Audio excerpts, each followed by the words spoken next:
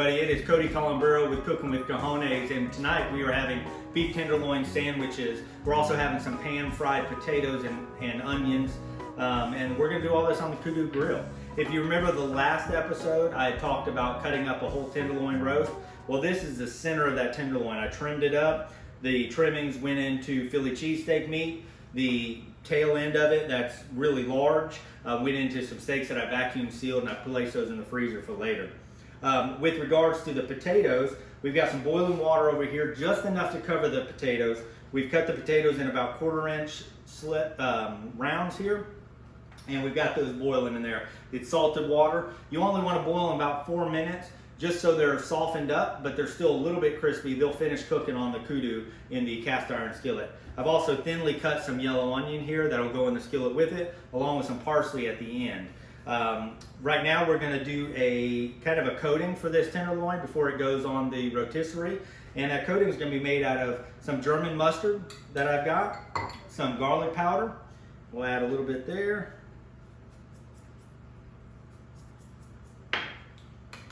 Mix there. And then we've got some fresh horseradish. If you've never seen fresh horseradish, it looks like something you find in your yard. It's really spongy, dry. Looks like it's bad, to be honest with you. You just peel it, peel the bark off with a potato. What am I trying to say? You know what I'm trying to say. You got what I'm saying. You picking up what I'm putting down. And we're gonna grate some fresh horseradish. It's a lot stronger than what you would buy already prepared. That stuff already prepared is usually in distilled vinegar with some salt as well, so it kind of dilutes the spiciness of that horseradish. So you can do this to your liking, since this is going to be a little bit spicier. Now remember, you're going to lose some of this seasoning as the meat drifts into the fire. So that'll be about good. And mix that up. We're going to put a little bit on the meat, and we're just going to smear it around.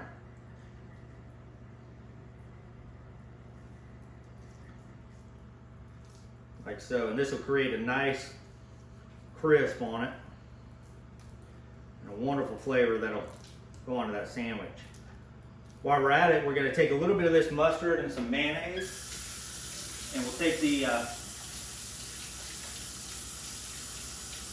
everything prepared. Since we didn't touch the spoon to the meat, we can take a little bit of this mayonnaise here, and we're going to make an aioli that we can have on the sandwich.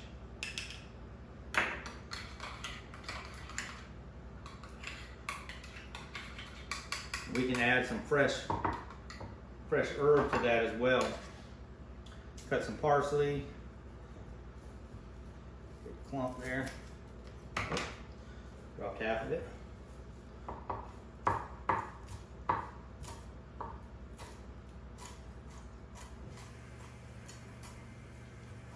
There we go. Now the potatoes that we're having, the French call it a lyonnaise potato. Pan-fried potatoes. Now I'm sure the French, that they absolutely know what they're doing. They gave us Jack Pepin and the French kiss, so we can't really argue with that. And they gave us the French fries. Love me some French fries. So that sauce is ready, and you're just gonna let that sit there. You can actually add some, a little bit of pepper. There we go. All right, we're gonna skewer up this meat to go on the rotisserie. It's gonna go right on indirect heat on the Kudu. Put it right up against there, and then we'll get the other piece. I'll get it with a clean hand. We'll come back and we'll put it on the Kudu. Let me wash my hands a little bit. We'll put it up on the Kudu. I'll show you how that looks. All right. Hey, we're out here at the Kudu grill, and I'm going to show you how I've got this tenderloin positioned over the coals. Just about half of it sitting over there, and that'll rotate. It'll kind of be an indirect heat, and it'll get nice and cooked. And remember, tenderloin, medium rare, you know, maybe. Then I've got some coals underneath the pan here. We're getting that pan hot so we can crisp up those potatoes and onions. So come on back, and we'll throw those in and let you see how that's working. Well, let me talk about this olive oil that I've got. I was down in Vidalia, Georgia today, and was driving up near Lyons, Georgia. And I didn't realize, did y'all know that we grow olive oil trees here, or olive trees in Georgia? I didn't know that. But I picked up some of this. I don't think you can get it fresher than that. I mean, they're an hour down the road, as opposed to in Italy, and they're coming over, you know, on, you know, shipping containers or whatnot. So this is from Southern Nuts, and you can go to southernnuts.com and get this olive oil. I tasted it a little bit earlier with some bread, and let me tell you, it's phenomenal. I mean, it is really good olive oil. They've also got pecans. I think they grow them, I think the lady said they grow them on about 5 acres, the olive oil. Brindle agrees that this olive oil is phenomenal. Go on to southernnuts.com, get you some of this olive oil, get it shipped to you. It's incredible. They were only able to do, she said, 150 barrels, or not barrels, 150 gallons of olive oil this year. So it's kind of limited. So get yourself some. I'm gonna add a little bit to this aioli I forgot earlier. So we'll add just a tad. And what this olive oil is gonna do with this horseradish and this mustard and everything, it's gonna kind of be like a carrier oil. If you're familiar with oils for your skin or whatnot, it'll kind of carry that flavor all the way through. So that's good. Southernnuts.com, Lyons, Georgia, Georgia olive oil. I don't think it gets any better than that. So get yourself some. All right, so we've got this tenderloin roast cooking nicely over the rotisserie, or on the rotisserie over the coals. We've got this pan nice and hot.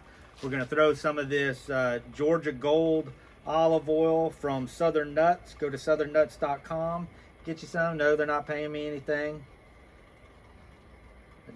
I love to support small businesses, especially if they've got a fantastic product like this. So we've got some olive oil in there. We're also going to throw in about a 1/4 stick of butter. Let that slide around the pan. Get nice and happy. And we're going to throw these potatoes and onions in here. Like I said, they cooked a little bit longer than I wanted. Be honest with you, just because I had to take so many videos, I kept messing up. But they're still going to be delicious. They'll get a nice crisp on them. We'll scoop them up with this spatula. They're going to be great. We'll throw a little bit of garlic powder on there as well.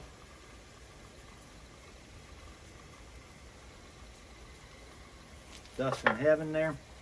We'll do some, we got some pepper. Coals are hot.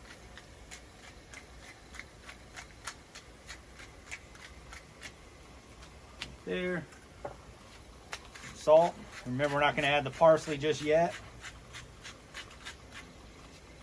We want those to cook. We don't want the parsley to wilt. And then right before they finish, we'll add another couple tabs of butter.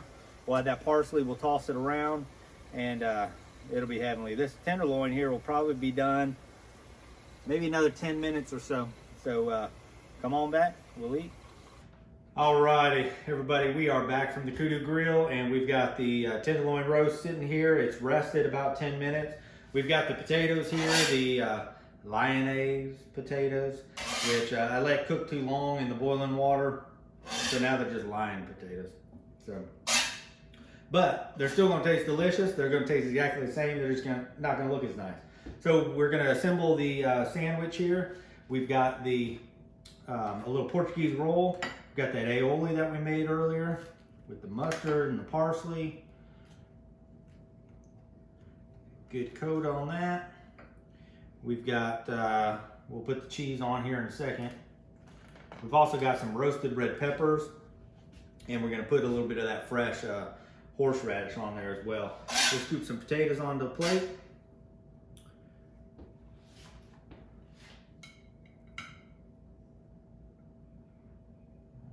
Nothing real fancy there. I'm gonna add a little bit of hot sauce. It's hot sauce I bought locally, but it's Kenyan hot sauce. Pretty good. And we're gonna slice up this tenderloin. Woo, that looks good. This knife I'm using was a gift from Casey and Esteban Price, and it's made by a gentleman by the name of Jason Redmond, Redmond Steel.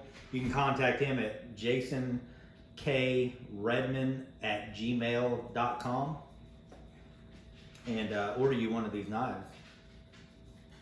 Pretty awesome. All right, so we've got enough cut there. We are going to place that down.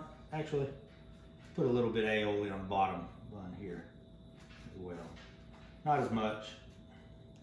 All right, place that tenderloin just like so. I can hear the dog's toenails coming in, ready to eat. And, leave it just like that. I'm gonna place a piece of Gouda. We'll cut it in half. Angle there. And, I'm gonna cut this red pepper in half, and the reason why I'm doing that is because when you take a bite, you don't want the whole thing to slide out in your mouth. Sometimes those red peppers will do that. We're gonna finish these potatoes with a little parsley, a little finishing salt.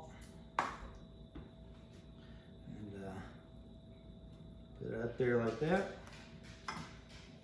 Put some fresh horseradish on there too. Yep, critters are ready. Give it that extra little bite. Slap that on there. Cut that at an angle.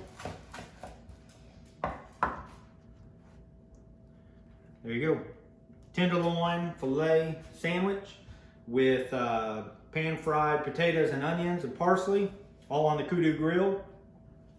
It's when you average it out, when you pay for the tenderloin roast and you've cut it up into those sections and have multiple meals out of it, it's well worth it. It's cheaper than just going and buying filet mignon steaks and cutting it up. But you can also do that. I've done that before. Just cook some fillets and then thinly slice them, or slice them as thin as you can. Put them on a sandwich.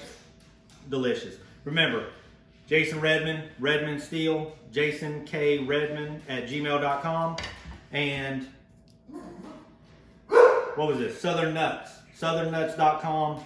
Get you some of this olive oil. It's as fresh as you're going to get it. It's right down the road. Get it. Get it now. southernnuts.com. All right. Thank you for watching Cooking with Cojones. It's been another night. I'm a fat man. I'm going to eat. Thank you. Have a good night.